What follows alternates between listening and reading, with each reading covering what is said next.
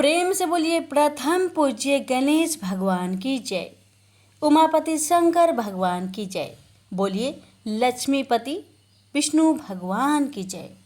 जय श्री कृष्ण, राधे राधे। प्यारे भक्तगणों, आज वैशाख महीने की शुक्ला पक्ष की द्वादशी तिथि है और आज मोहिनी एकादशी व्रत का पारण का दिन है। भक्तों ने कल मोहिनी एकादशी का व्रत रखा था, वे आज पारण करेंगे, अपना व्रत को खोलेंगे और आज के दिन तुलसी माता, लक्ष्मी माता, विष्णु भगवान और गणेश महाराज की कथाओं का श्रवण करने से व्रत को पूर्ण माना जाता है। आइए प्यारे भक्तगणों, श्री हरि लक्ष्मी नारायण के चरण कमलों को ध्यान करते हुए कथा को पूरी श्रद्धा से एकाग्रचित चित्त से श्रवण करते हैं। पौराणिक कथा के अनुसार एक बार लक्ष्मी माँ, सरस्वती और माँ गंगा के बीच किसी बात को लेकर बहस हो जाती है और यह बहस इतनी ज्यादा बढ़ जाती है कि एक दूसरे को श्राप दे देती है। गंगा माँ ने माता लक्ष्मी से कहा कि तुमने मुझे नदी का बेग बनाया है, तो मैं तुम्हें श्राप देती हूँ कि तुम एक पौधा बन जाओ जो वृंदा बनकर बाद में तुलसी का पौधा बने। तभी वहां माँ पार्वती आ जाती है और कहती है कि आखिर आप लोग एक दूसरे से क्यों लड़ रहे हो। माँ गंगा कहती है कि लक्ष्मी मेरे ऊपर हंसी है, इसलिए मैंने श्राप दे दिया। इस बात पर माँ पार्वती कहती है कि आप लोग ने गुस्से में एक दूसरे को श्राप दे दिया, लेकिन इस बात का भान है कि आप श्राप के कारण कितना कष्ट झेलना पड़ता है। माँ पार्वती कहती है कि 84 लाख योनियों में से 20 लाख योनियां वृक्ष और पौधे की है। लक्ष्मी, तो आप बताइए कि एक बार पौधे के रूप में धरती में जाने के बाद आपको वृक्ष या पौधे के रूप में किस किस योनि पर रहना पड़ेगा। माँ लक्ष्मी को अपने भूल का पछतावा हुआ और उन्होंने माँ पार्वती से सहायता मांगी और कहा कि कुछ ऐसा ही हो सकता है कि 20 लाख योनिया में से एक बार मैं ही छूट जाऊं। ऐसे में माँ पार्वती ने कहा कि इस शाम का हल मेरे पास तो नहीं है, लेकिन इसका हल महादेव ही बता सकते हैं। महादेव ही है जो हर तरह की योनि से छुटकारा दिला सकते हैं। तब माँ पार्वती ने भोलेनाथ से कहा कि कोई ऐसा उपाय बतलाइए प्रभु कि माँ लक्ष्मी तुलसी के बाद किसी अन्य योनि का दुख ना भोगे। तब महादेव ने इस उपाय को बताया। कार्तिक माह में लक्ष्मी जी ने तुलसी के कुआरे के रूप में प्रकट हुई। कहा जाता है कि द्वादशी तिथि के दिन तुलसी के पौधे में लगी मंजरी को तोड़कर सारे ग्राम को अर्पित कर दे। ऐसा करने से माँ लक्ष्मी का पौधे की योनि से मुक्ति मिल जाती है और वह किसी अन्य पेड़ पौधे की योनि में नहीं जाती है और मोक्ष पा लेती है। इसके साथ ही ऐसा करने से व्यक्ति को माँ लक्ष्मी का सुख, समृद्धि, धन संपदा, ऐश्वर्य का आशीर्वाद देती है। तुलसी मंजरी को भगवान कृष्ण को भी चढ़ाया जा सकता है। ऐसा करने से माँ लक्ष्मी के साथ कृष्ण भगवान प्रसन्न होते हैं। प्रेम से बोलिए तुलसी माता की जय, लक्ष्मी नारायण की जय। पद्म पुराण में लिखा है कि वैशाख महीने की द्वादशी तिथि पर एक चांडाल भगवान विष्णु की कमल से पूजा करके पुण्यवान और राजा बन गया। वराह पुराण के मुताबिक इस तिथि पर तांबे की उत्पत्ति हुई थी। ये धातु भगवान विष्णु की तपस्या करने वाले असुर के मांस से बनी। इसका कथा है कि एक असुर ने सालों तक भगवान विष्णु की तपस्या कर वरदान मांगा कि मरने के बाद मेरे शरीर की भी पूजा हो। भगवान विष्णु ने यही वरदान दिया।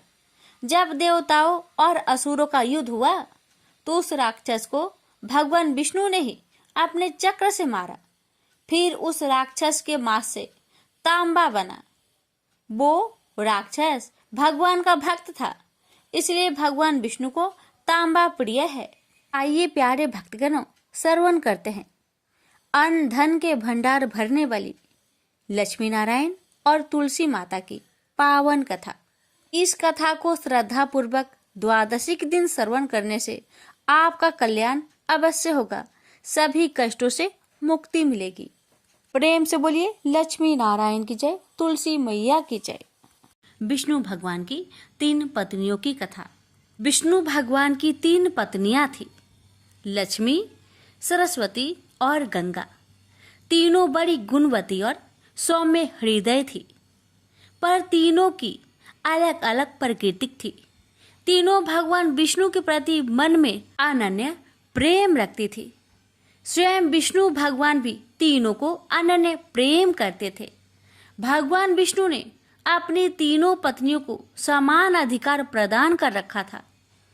तीनों बड़ी स्वतंत्रता के साथ अपने अपने अधिकारों का उपभोग कर रही थी, पर प्रकृति की भिन्नता के कारण सरस्वती के मन में संदेह पैदा हो उठा कि विष्णु मेरी अपेक्षा गंगा को अधिक प्रेम करते हैं। जब संदेह उत्पन्न हो गया तो ईर्ष्या भी पैदा हो उठी। सरस्वती गंगा से जलने लगी। बात बात में उन्हें खरी खोटी सुनाने लगी। गंगा कुछ बोलती नहीं थी, वे चुपचाप सुन लिया करती थी। लक्ष्मी को सरस्वती का व्यवहार अच्छा नहीं लगा। उन्होंने अवसर पाकर सरस्वती से कहा, बहन सरस्वती, तुम जब देखो गंगा को खरी खोटी सुनाती रहती हो। तुम यह अच्छा नहीं कर रही। मेरी बात मानो, गंगा को जली कटी सुनानी बंद कर दो। लक्ष्मी की नेक सलाह सरस्वती को अच्छी नहीं लगी। उनके हृदय में तो ईर्ष्या की आग जल रही थी। उन्होंने सोचा कि लक्ष्मी गंगा का पक्ष ले रही है, अतः उनके हृदय की आग और भी अधिक भड़क उठी। वे क्रोध भरे स्वरों में बोली, लक्ष्मी, तुम गंगा का पक्ष लेकर मेरा अपमान कर रही हो। मैं इसे सहन नहीं कर सकती। मैं तुम्हें श्राप देती हूँ, तुम नदी बनकर धरती पर प्रवाहित हो। लक्ष्मी बड़ी शांत प्रकृति की थी। वे सरस्वती के श्राप को सुनकर भी शीतल बनी रही। उन्होंने न तो श्राप की प्रतिवाद किया और न उनके प्रति मुख से कठोर शब्द ही निकाले। ऐसा लगा जैसे उनके लिए कुछ हुआ ही ना हो। पर गंगा को सरस्वती का श्राप अच्छा नहीं लगा। वे सरस्वती के श्राप सुनकर उत्तेजित हो उठी और क्रोध भरे स्वर में बोली, सरस्वती, तुमने लक्ष्मी को श्राप देकर बड़ा अनुचित कार्य किया है। वे तो तुम्हारे श्राप को सुनकर चुप रही, पर मैं चुप नहीं रह सकती। मैं तुम्हें भी श्राप देती हूँ, तू भी नदी बन जाओ और धरती पर जाकर प्रवाहित हो। यह सुनकर सरस्वती के मन की आग और भी अधिक भड़क उठी। वे क्रोध भरे स्वर में बोली, मैं तो नदी बन जाऊंगी, पर तुम भी कैसे बैकुंठ में रह सकती हो? मैं भी तुम्हें श्राप दे रही हूँ, तुम भी नदी बन जाओ और धरती पर जाकर प्रवाहित हो। इस प्रकार भगवान विष्णु की तीनों पत्नियां कलह और ईर्ष्या के कारण एक दूसरे को श्राप देकर दुख का शिकार बन गई। यह सुनकर भगवान विष्णु को बड़ा दुख हुआ। उन्होंने अपनी पत्नियों से कहा, तुम तीनों ने ईर्ष्या के कारण एक दूसरे को श्राप देकर अच्छा नहीं किया। तुम तीनों ने स्वयं अपने लिए दुख को निमंत्रित किया है। अपने ही हाथों से अपने घर को जलाया है। विष्णु की भर्त्सना से तीनों पत्नियां बड़ी दुखी हुई। वे बड़े दुख प्रकट करते हुए विष्णु से क्षमा याचना करने लगे। विष्णु ने कहा, तुम तीनों ने एक दूसरे को श्राप दिया है। श्राप के अनुसार तुम तीनों को नदी बनना ही पड़ेगा। नदी बनकर धरती पर जाना ही पड़ेगा। यह सुनकर लक्ष्मी का मन दुख से भर गया। उन्हें विष्णु का वियोग एक क्षण को भी सहा नहीं जा रहा था। वे अपने प्राणों को आंसुओं के रूप में बहाती हुई बोली, प्रभु, मुझ पर दया कीजिए। मैं एक क्षण भी आपके बिना नहीं रह सकती। कोई ऐसा उपाय बतलाइए जिससे मुझे आपसे अलग ना होना पड़े, धरती पर ना जाना पड़े। विष्णु ने कहा, लक्ष्मी, तुम्हें धरती पर जाना ही पड़ेगा, किंतु तुम्हारे हृदय में कपट और ईर्ष्या का भाव नहीं है, अतः तुम मुझे बहुत प्रिय हो। तुम्हें मुझसे अलग नहीं होना पड़ेगा। तुम अर्ध शक्ति से मेरे पास रहो और अर्ध शक्ति के रूप में पद्मावती नदी के रूप में धरती पर जाकर बहो। धरती पर शंखचूड़ नामक एक राक्षस उत्पन्न होगा। वह मेरा ही अंश होगा। तुम तुलसी के रूप में उसकी पत्नी बनोगी। तुम तुलसी के रूप में सदा विष्णु प्रिया बनी रहेगी और जन जन से आदर पाओगी। गंगा को भी भगवान विष्णु से अलग होने का बड़ा दुख था, अतः उन्होंने भी अश्रु नयन निवेदन किया, प्रभु ऐसा कोई उपाय बतलाइए जिससे मैं आपसे अलग ना हो। भगवान विष्णु ने कहा, गंगे श्राप बस तुम्हें भी धरती पर जाना ही पड़ेगा। राजा भगीरथ अपने पूर्वजों के उद्धार के लिए तप कर रहे हैं। तुम्हें धरती पर गंगा के रूप में प्रवाहित होना पड़ेगा और भगीरथ की पूर्वजों का उद्धार करना होगा। तुम भगीरथ के पूर्वजों का उद्धार करके समुद्र में मिल जाओ। समुद्र मेरा ही रूप है, अतः तुम सदा मुझ में ही रहोगी। तुम स्वर्ग से उतरने पर शिव की जटाओं में रहोगी। शिव और मुझ में कोई अंतर नहीं है। इस रूप में भी तुम सदा मुझ में ही रहोगी। सरस्वती चुपचाप विष्णु की बातें सुन रही थी। अंत में भगवान विष्णु ने सरस्वती की ओर देखा और कहा, सरस्वती तुम अपने अर्ध गुणों से नदी बनकर बहोगी और अर्ध गुणों से ब्रह्मा की पत्नी बनोगी। श्राप का फल तुम्हें भी भोगना ही पड़ेगा। सरस्वती बोली, भगवान आप तो भेद विभेद रहित है, फिर आप लक्ष्मी और मुझ में भेद क्यों कर रहे हैं? आपने लक्ष्मी को तो अपने पास ही रहने की अनुमति प्रदान की, पर मुझे आप सदा के लिए अलग कर रहे हैं। विष्णु बोले, सरस्वती किसी को भी न तो मैं अलग करता हूँ और न अपने पास रखता हूँ। मेरी किसी में न तो आसक्ति है और न किसी से भी विरक्ति है। सबको अपने अपने गुणों और कर्मों के अनुसार ही मेरा सहचर्य प्राप्त होता है। लक्ष्मी निष्कपट हृदय की है। वे ना तो किसी से ईर्ष्या करती है, न किसी से बैर रखती है। वे सबसे प्रेम करती है, यही कारण है वे सदा मेरे साथ रहेगी। पर तुम ईर्ष्या और क्रोध के वशीभूत रहती हो, यही कारण है तुम्हें मुझसे अलग होना पड़ा है। विष्णु के कथन को सुनकर सरस्वती मौन हो गई। उन्हें ऐसा लगा जैसे विष्णु के कथन का प्रत्येक अक्षर उनके सामने मूर्तिमान बनकर खड़ा हो गया हो। सरस्वती का हृदय पश्चाताप की वेदना से जलने लगा, पर अब क्या हो सकता था? अब तो तीर उनके हाथों से छूट चुका था। जो मनुष्य क्रोध और ईर्ष्या के वशीभूत होकर अपने हाथों से ही अपने घरों में आग लगा लेते हैं, उन्हें सरस्वती की भांति ही पश्चाताप की वेदना में जलना पड़ता है। प्रेम से बोलिए, विष्णु भगवान की जय। तुलसी माता की कहानी। एक बुढ़िया माई तुलसी जी को सींचती और कहती कि हे तुलसी माता, सत की दाता, मैं तेरा बिरला सींचती हूँ। मुझे बाहु दे, पीतांबर की धोती दे, मीठा मीठा घास दे, बैकुंठा में बास दे, चटक की चाल दे, पाटक की मौत दे, चंदन का काठ दे, रानी सा राज दे, दाल भात का भोजन दे, 11 की मौत दे, कृष्णा जी का कांधा दे। तब तुलसी माता यह सुनकर सूखने लगी, तो भगवान ने पूछा कि हे तुलसी, तुम क्यों सूख रही हो? तुलसी माता ने कहा कि एक बुढ़िया रोज आती है और यही बात कह जाती है, मैं सब बात तो पूरा कर दूंगी, लेकिन कृष्ण का कंधा कहाँ से लाऊंगी?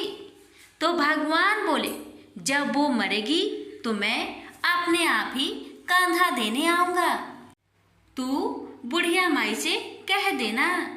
जब बुढ़िया माई मर गई, सब लोग आ गए।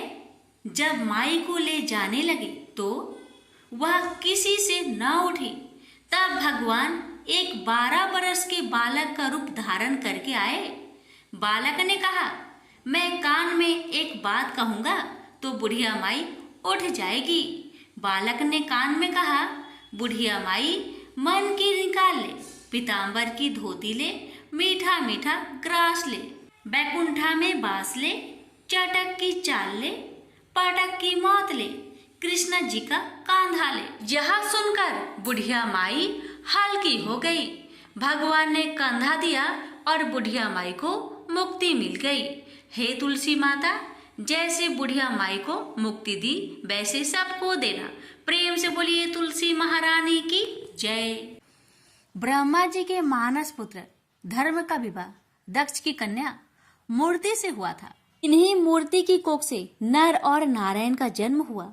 बड़े होने पर नर और नारायण बद्रिका आश्रम चले गए और ईश्वर की कठिन तपस्या करने लगे। उनकी कठिन तपस्या से इंद्र घबरा गए।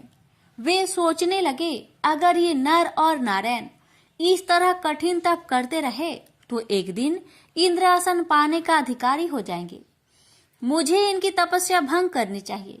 यह सोचकर इंद्र ने कामदेव को आदेश दिया, कामदेव, तुम अप्सराओं को लेकर बद्रिका आश्रम जाकर नर नारायण की तपस्या भंग कर दो। इंद्र की आज्ञा पाकर कामदेव अप्सराओं को साथ लेकर बद्रिका आश्रम पहुंचा और नर नारायण की तपस्या भंग करने की कोशिश करने लगा। लेकिन नर और नारायण पर कामदेव की माया का कोई प्रभाव नहीं पड़ा। निराश होकर कामदेव अप्सराओं सहित वापस इंद्र के वहां पहुंचा और बोला, देवराज, मैं अपनी कोशिश में असफल रहा। वो दोनों ऋषि भगवान भजन में इतने तल्लीन हैं कि उन पर हमारी किसी कोशिश का भी रत्ती भर भी असर नहीं हुआ। इंद्र बोले, कोई बात नहीं, मैं किसी अन्य तरीके से उन्हें साधना से विचलित करने की कोशिश करूंगा। इंद्र ने अनेक कोशिशें की, किंतु अपनी हर कोशिश में नाकामयाब रहा। पर इस बीच एक ऐसा संयोग बन गया कि इंद्र को अपनी मनचाही मुराद पूरी होते दिखाई देने लगी। एक दिन महर्षि च्यवन नकुलेश्वर तीर्थ में नर्मदा में स्नान करने पधारे। अभी उन्होंने जल पर पैर रखा ही था कि तभी एक सांप ने उनका पैर थाम लिया। महर्षि ने पैर छुड़ाने की बहुत कोशिश की, लेकिन पैर छोड़ने के बजाय सांप ने अपनी जकड़ में और तेज कर दी। वे दर्द से कराह उठे। आह, मेरा पूरा जिस्म सुन्न हो गया। अरे छोड़ दुष्ट, नहीं छोड़ता, जा, मैं तुझे श्राप देता हूँ कि इसी क्षण से तू विषहीन हो जाएगा। ऋषि के श्राप से सांप विषहीन हो गया। ऋषि भी बेहोश हो गए, लेकिन उसने ऋषि को नहीं छोड़ा। वह च्यवन को पाताल लोक ले गया। पाताल में पहुंचकर जब ऋषि को होश आया, उन्होंने चौंक कर चारों तरफ देखा। कुछ देर का ही समय बीता था कि कई दैत्य ऋषि के सम्मुख पहुंचे और उन्हें सादर प्रणाम कर दैत्यराज प्रहलाद के पास ले गए। दैत्यराज ने च्यवन ने ऋषि की बहुत आव भगत की और ऊंचे सिंहासन पर बैठाकर उनका आशीर्वाद लेते हुए कहा, मुनिवर, मेरा अहो भाग्य कि आपने दैत्य की इस नगरी में पधारकर हमें कृतार्थ किया। मेरे योग्य कोई सेवा हो तो बताइए। महर्षि च्यवन बोले, मैं यहाँ अपनी इच्छा से नहीं आया दैत्यराज, मुझे यहाँ पर एक भयंकर सांप ने खींच लाया है। प्रहलाद बोला, किसी भी बहाने से सही आप पाताल लोक पधारे तो सही, यही हमारे लिए बहुत गर्व की बात है। अब मैं आपको जल्दी वापस पृथ्वी पर न जाने दूंगा। प्रहलाद ने महर्षि की इतना सेवा शुश्रूषा की कि च्यवन ने खुश हो गए।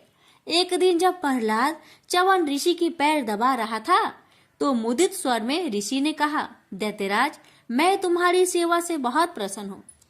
तुम जो भी प्रश्न पूछना चाहते हो पूछ सकते हो। प्रहलाद बोला, महर्षि, बहुत दिनों से मैं तीर्थाटन के लिए जाने की सोच रहा हूँ, किंतु निर्णय नहीं ले पा रहा हूँ कि किस तीर्थ के दर्शन करने जाऊं। महर्षि बोले, पृथ्वी पर नैमिषारण्य, आकाश पर पुष्कर और पाताल में चक्र तीर्थ है। तुम इनमें से जहां भी चाहो जा सकते हो।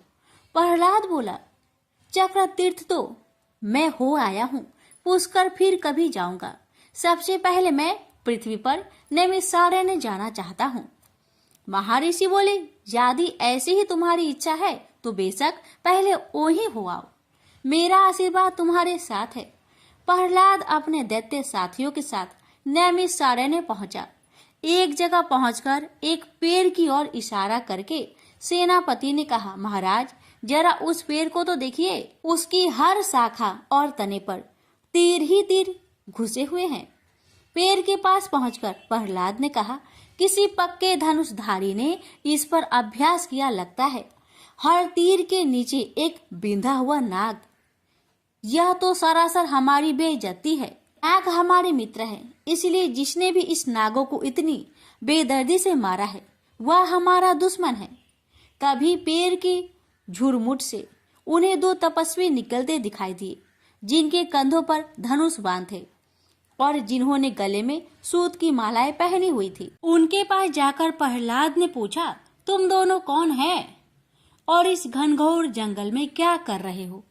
उन व्यक्तिकों ने उत्तर दिया, मैं नर हूँ और ये नारायण हैं। हम इस जंगल में तपस्या करते हैं और शस्त्र अभ्यास भी। प्रहलाद बोला, उस पेड़ पर जो बाने से बिधे हुए नाग है, क्या उन पर भी तुम दोनों ने ही अभ्यास किया है? नारायण बोले, हाँ, परंतु तुम कौन हो और यह प्रश्न किस लिए कर रहे हो? प्रहलाद ने उत्तर दिया, मैं दैत्यराज प्रहलाद हूँ। नागों की हत्या करके तुम दोनों में बड़ा ही अपराध किया है। तुम दोनों को इसका दंड भुगतना पड़ेगा। प्रहलाद की बात सुनकर दोनों तपस्वियों के चेहरे तन गए। वे बोले, कौन देगा हमें दंड? हमें दंड देने वाला भी विश्व में पैदा नहीं हुआ है। अपना रास्ता नापो दैत्याधापति। नर नारायण की बातें सुनकर दैत्यराज प्रहलाद गुस्से से बोला, तुम दोनों तपस्वियों की इतनी मजाल कि दैत्यराज के सम्मान को ठेस पहुंचाओ।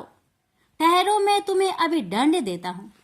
यह कहकर दैत्यराज प्रहलाद ने अपने धनुष पर तीर चढ़ाकर नर की ओर चला दिया, लेकिन नारायण ने उसके तीर को इतनी तेजी के साथ रास्ते में ही काट फेंका कि प्रहलाद भौंकचक्का रह गया।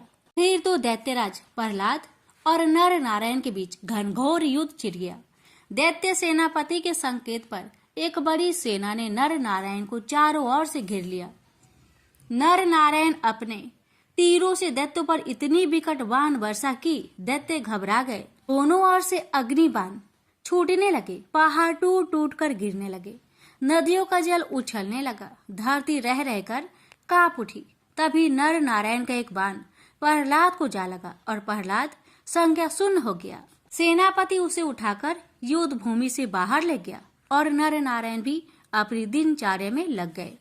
होश आने पर प्रहलाद को अपनी स्थिति का पता लगा तो उसे बहुत दुख हुआ। उसने सोचा, इतना बड़ा धनुर्धारी होते हुए भी मैं उन दो तपस्वियों से कैसे मात खा गया। भगवान विष्णु के पास चलूं और उन्हीं से इस रहस्य का पता चलेगा। यह सोचकर प्रहलाद भगवान विष्णु के पास पहुंचा और बोला, देव, आपका परम भक्त और अस्त्र शस्त्र चालन में प्रवीण होते हुए भी उन दो तपस्वियों ने मुझे कैसे हरा दिया? मैं इस रहस्य को जानना चाहता हूँ। विष्णु बोले, प्रहलाद, तुम तो सिर्फ मेरे भक्त ही हो, किंतु वे दोनों तो मेरे ही स्वरूप है।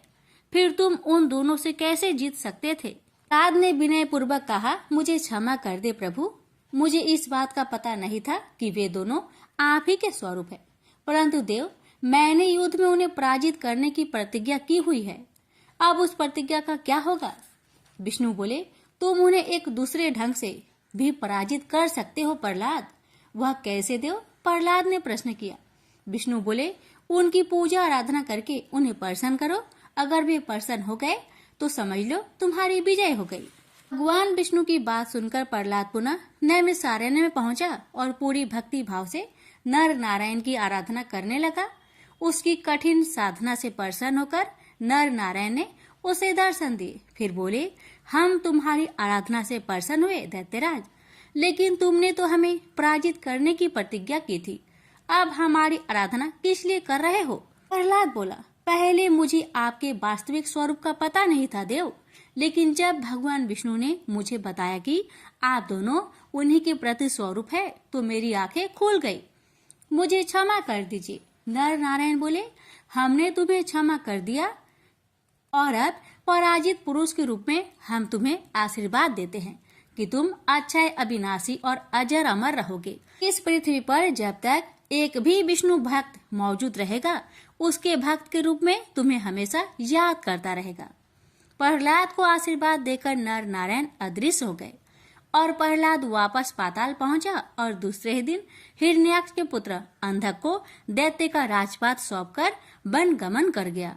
अपना शेष जीवन अपने हरि भजन में व्यतीत किया और हरि कृपा से अंत में बैकुंठ धाम को गया। नर नारायण की वास्तविक स्वरूप का ज्ञान होते ही इंद्र को अपनी भूल का आभास हो गया और उन्होंने फिर नर नारायण की तपस्या में कोई विघ्न डालने की कुचेष्टा नहीं की। प्रेम से बोलिए विष्णु भगवान की जय। एक कसाई भगवान शालिग्राम के भक्त था। उसका नाम सधना था। सधना बहुत ही ईमानदार व भोला था। वह हमेशा भगवान का नाम लेता रहता था और उनकी कीर्तन करता रहता था। यहाँ तक कि वो जब मांस काटता या बेचता तब भी भगवान के नाम का गुणगान करता रहता था। ऐसे ही एक दिन कसाई सधना भगवान का नाम लेते हुए अपनी मस्ती में कहीं जा रहा था। तभी अचानक से उसे अपने पैरों में पत्थर का स्पर्श महसूस हुआ। जब उसने नीचे देखा तो वह एक काला पत्थर था।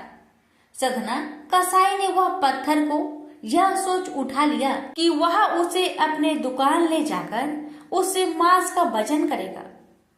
अगले दिन से कसाई उस पत्थर से मांस तोलने लगा। जो भी आता वह उसी पत्थर से मांस तोल कर देता था। यह कोई मामूली पत्थर नहीं था। इसकी एक खास यह बात थी कि वह जितना भी वजन करना चाहता है वह काला पत्थर भी उतने ही वजन का हो जाता है। समय के साथ साथ उस काले पत्थर की लोकप्रियता धीरे धीरे पूरे गांव में फैलने लगी।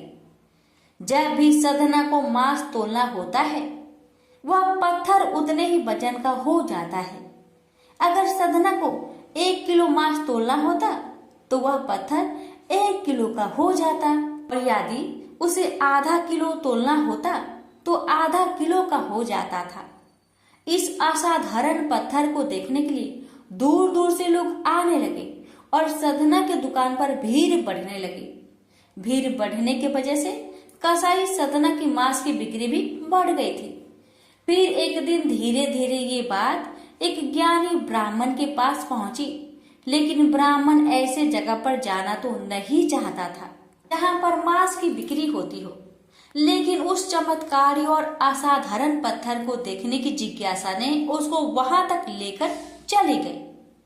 वहां पर पहुंचकर ब्राह्मण दूर से ही सधना कसाई को उस पत्थर से मांस तोलते हुए देख रहा था और उसने देखा कि किस प्रकार से वह पत्थर आवश्यकता के अनुसार अपना वजन परिवर्तन कर लेता था। यह देखकर ब्राह्मण एकदम आश्चर्यचकित हुआ। यह देख ब्राह्मण सधना कसाई के पास गया तो सधना ब्राह्मण को देखकर बहुत आश्चर्यचकित हुआ और साथ ही साथ सधना बहुत प्रसन्न भी हुआ। फिर सधना ने ब्राह्मण का नम्र भाव से स्वागत किया और ब्राह्मण को बैठने के लिए कहा। फिर सधना ने उस ब्राह्मण से उसके दुकान पर आने का कारण पूछा तो ब्राह्मण ने बताया कि वह उस काले पत्थर को देखने आया है। ब्राह्मण ने बताया कि वह कोई मामूली पत्थर नहीं है, वह भगवान शालिग्राम जी हैं। ब्राह्मण क्रोधित होकर कहते हैं कि भगवान शालिग्राम जी को मांस के साथ रखना बहुत बड़ा पाप है। सधना बहुत ही सरल और भोले स्वभाव का इंसान था और यह सुनकर उसको लगा कि वो अनजाने में बहुत बड़ी गलती कर रहा था। सधना ने ब्राह्मण से क्षमा मांगते हुए कहा कि वह तो ब्राह्मण है, वह शालिग्राम जी को अपने साथ घर लेकर जाए और उनकी पूजा अर्चना करे। यह कहकर सधना ने उस पत्थर को उस ज्ञानी ब्राह्मण को दे दिया। वह ब्राह्मण शालिग्राम जी को बड़े आदर सम्मान से अपने घर ले आए और वहां पर भगवान शालिग्राम जी को स्नान कराया और बड़ी भक्ति भाव से उनकी पूजा पाठ शुरू कर दिया। ऐसे ही कुछ दिन बीत गए।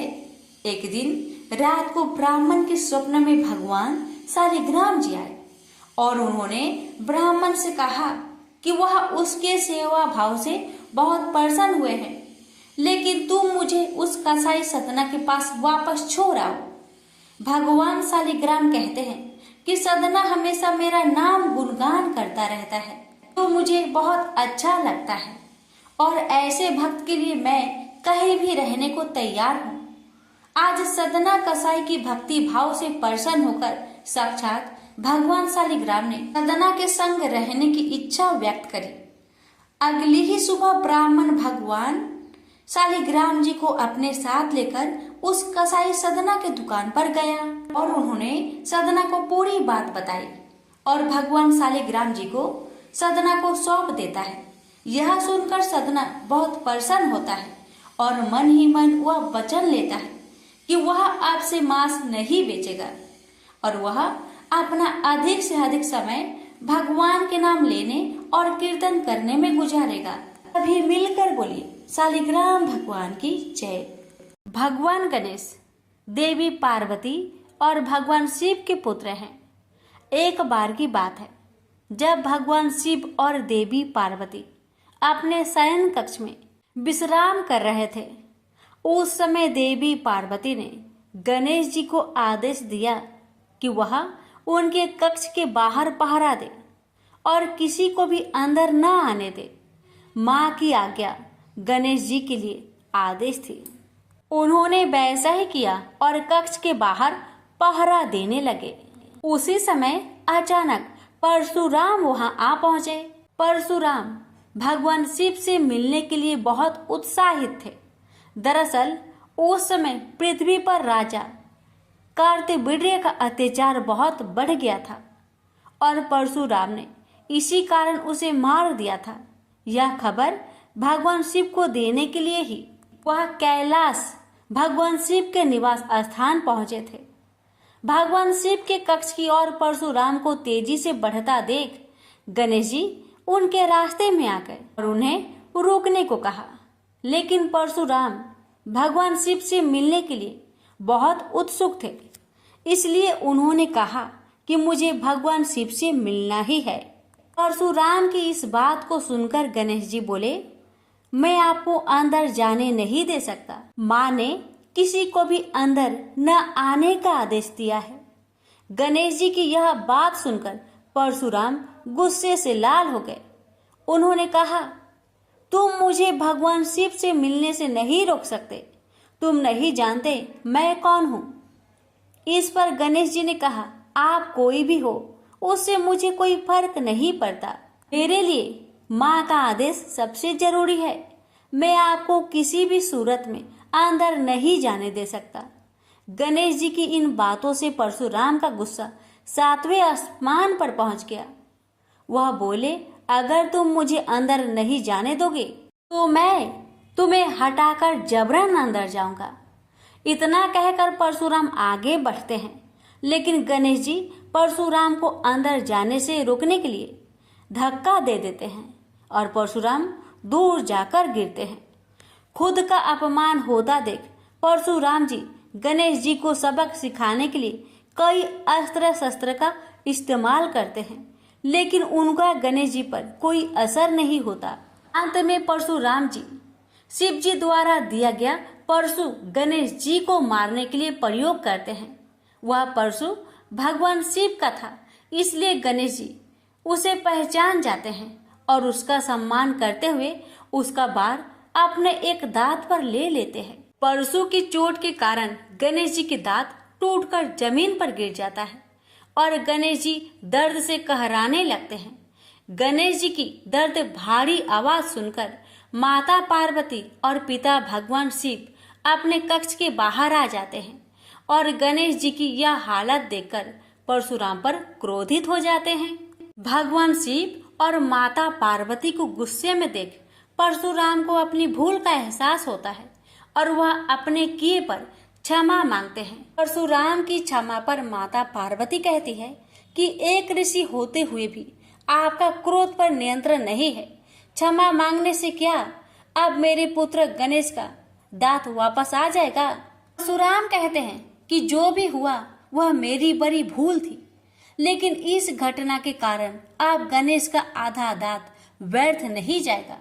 इस घटना के कारण ही अब से पूरी दुनिया में गणेश को एक दंत के नाम से जाना जाएगा। प्रेम से बोलिए गणेश भगवान की जय। गणेश जी की अन्य कथा। प्राचीन काल में हर जगह राक्षसों का आतंक फैला हुआ था। राक्षस देवताओं और ऋषि मुनियों को बहुत परेशान किया करते थे। ऐसा ही एक राक्षस था, अनलासुर। अनलासुर ने हर जगह हाहाकार मचा रखा था। सभी देवतागण उससे बहुत डरते थे। जब अनलासुर के पाप बहुत बढ़ गए, तब सभी देवतागण भगवान शिव के पास पहुंचे। शिव जी ने कहा कि अनलासुर का विनाश सिर्फ गणेश जी कर सकते हैं। शिव भगवान की यह बात सुनकर सभी देवतागण श्री गणेश जी के पास पहुंचे। गणेश जी के सामने सभी हाथ जोड़कर खड़े हो गए और बोले, हे प्रभु, हमें इस निर्दयी राक्षस से बचा लो। देवताओं की ऐसी दैन्य स्थिति को देखकर श्री गणेश उनकी मदद के लिए तैयार हो गए। इस घटना के बाद अनलासुर और श्री गणेश के बीच भयानक युद्ध होता है। क्रोध में आकर श्री गणेश अनलासुर को निगल जाते हैं। अनलासुर का अंत हो जाता है, लेकिन गणेश जी के पेट में बहुत जलन होने लगती है। इस जलन को ठीक करने के लिए सभी देवता और ऋषि मुनि उपचार खोजने में लग जाते हैं, लेकिन किसी भी उपचार से गणेश जी के पेट की जलन कम नहीं होती। तब कश्यप ऋषि ध्रुवा की 21 गांठ खाने के लिए गणेश जी को देते हैं। गणेश जी को ध्रुवा के सेवन से आराम मिलता है और उनके पेट की जलन शांत हो जाती है। इससे खुश होकर गणेश जी कहते हैं कि आज के बाद जो कोई भी मुझे ध्रुवा चढ़ाएगा, मैं उसकी सारी मनोकामनाएं पूरी करूंगा। प्रेम से बोलिए गणेश भगवान की जय।